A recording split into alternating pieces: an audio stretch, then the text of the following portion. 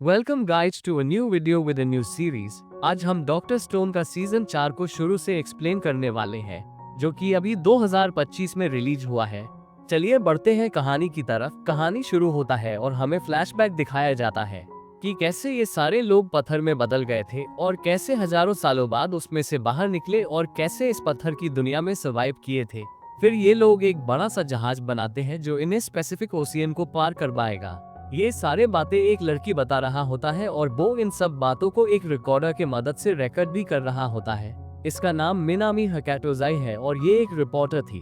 Minami कहता है, हम इंसान पत्थर में बदलने की असली वजह की तलाश है और हमारा टारगेट है दुश्मन का घर यानी चांद। और ये बताता है, हम अलग अलग देशों से सामान इकट्ठा करेंगे और एक रॉकेट बनाएंगे। हमारी जर्नी शुरू होने वाली है यूनाइटेड स्टेट ऑफ अमेरिका से। फिर वो अपनी सारे क्रू मेंबर से इसके बारे में राय पूछती है। शुरू करता है सुकासा से, फिर गेन और सुअकर से, फिर हमारे इंजीनियर कसेकी और क्रोम से और अलग अलग मेंबर से भी। फिर हमें सेनको और रुईसुई को कुछ बात के लिए झगड़ते हुए देखते हैं। लड़ाई देखकर हमारी महान सुइका नीचे जाकर तेजू को बताती है। ये सुनकर तेजू दौड़कर जाता और उन दोनों को दूर फेंककर बीच में खड़ा हो जाता है। फिर कहता है, लड़ाई करना बुरी बात होती है। ये सुनकर रेयुसुई कहता है, हम लड़ाई नहीं बात कर रहे थे, मुझे क्या पागल समझा है। तब सेनको कहता है, हाँ बेवकूफ, हम लड़ाई ही कर रहे थे।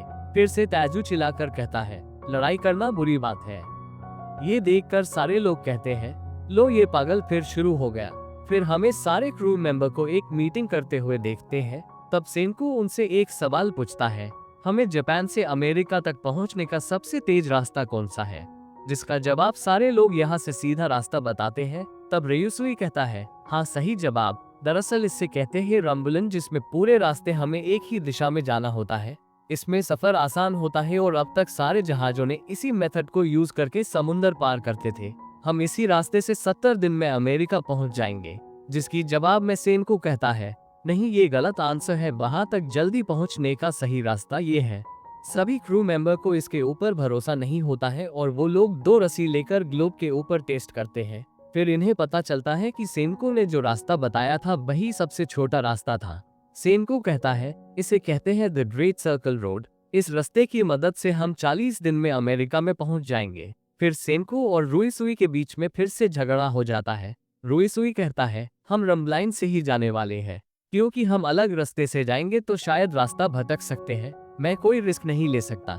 जिसकी जवाब में सेनको कहता है, नहीं हमारे पास एक जीपीएस है, हम रास्ता नहीं भटकेंगे।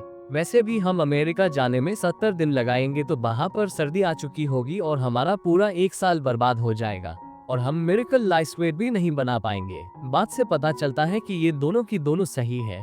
एक अपनी क्रू मेंबर के बारे में सोच रहा है और एक फ्यूचर के बारे में। फिर हमारी मेंटलिस्ट गेन रेयुसुई की साइड लेता है और कहता है, मुझे ज्यादा काम करना पसंद नहीं है, इसलिए मैं वहां पर जल्दी जाना नहीं चाहता हूँ। ये देखकर कोहको आगे आता है और वो सेनको की साइड लेता है। कहता है, इस बात पर मैं सेनको के साथ हूँ। रेयुसुई सेनको को एक ऑफर देता है। रेयुसुई कहता है, हम सिर्फ इसमें से 10 दिन कम कर सकते हैं और ज्यादा नहीं। लेकिन सेनको नहीं मानता है। फिर ये दोनों एक बैटल करते हैं, जो जीतेगा उसकी बात मानी जाएगी। ये दोनों एक गेम खेलने वाले हैं जिसका नाम पोकर है, मतलब जुआ खेलने वाले हैं। सेनको के साइड में कोहाको थी और रेयुसुई की साइड में मेंटलिस्ट गेम था और उनके सारे क्रू मेंबर उनके ऊपर बेट लगा रहे होते हैं। फिर इनका गेम शुरू हो जाता है। दरअसल मुझे इस गेम के बारे में कुछ पता नहीं है, तो हम इस सीन को स्किप कर देंगे। जैसे तैसे करके सेनको इस बैटल को जीत जाता है। अब रेयुसुई को भी सेनको की मानना पड़ेगा। अब इनकी रास्ता थोड़ा लंबा होने वाला है, इसलिए ये लोग एक कसिनो बनाते हैं जो इनकी सफर को और भी आसान बना देगा। रेयुसुई कहता है, बस हमें सिर्फ एक और चीज चाहिए जिसे हमारा सफर और भी आसान हो जाएगा। सेनको कहता है, शायद तुम शराब की बात कर रहे हो। फिर वो लोग एक बार भी ओपन करते हैं, जिसे देखकर सारे क्रू मेंबर तो खुशी से झूम उठते हैं। दरअसल ये सब एक प्लान होता है हमारे मेंटलिस्ट गेन का, ताकि वो इन सब की मजा उठा सके। और यहीं पर इस एपिसोड सेनको के फेमस डायलॉग के साथ एंड हो जाती है। अब आएगा मजा।